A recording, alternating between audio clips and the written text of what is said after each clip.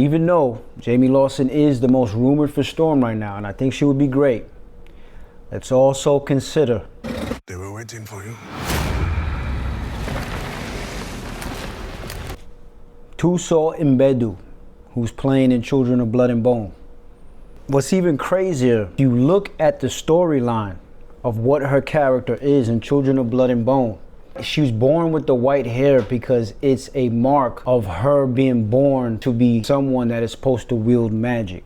And with Storm's backstory, she was born with the white hair as a mark of being part of a lineage of African witches, which is wielding magic, even though we know she's a mutant. Similarities are so crazy, especially that scene, the trailer, the universe or God, or maybe her team. It's like she's being thrown the perfect alley-oop for the character of Storm.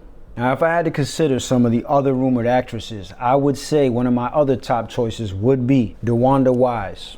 I'm not sure if she's a little bit older, but Storm was always a mentor figure to the rest of the X-Men. She has this piercing, striking look in her eyes where she's like looking into your soul, even if she didn't have the light eyes. She almost reminds me of when they were fan casting years ago, Angela Bassett as Storm. And I always thought that would have been amazing. But of course, she has her role as T'Challa and Shuri's mother. This would be great as well, even though after Thuso Mbedu, seeing her in that Children of Blood and Bone, that's my top choice. Even though I know we have David Johnson, who I completely agree with that casting, I still think it's interesting, and I'm excited to see this movie, to see Damson Idris almost playing what he would have been as T'Challa. Especially after we really thought he was going to be T'Challa when we saw him at Fashion Week with some of the cast. Hold me. You are the future king. What if that is not the kind of king I want to be? I think he's amazing for several reasons. I loved him in The Long Walk.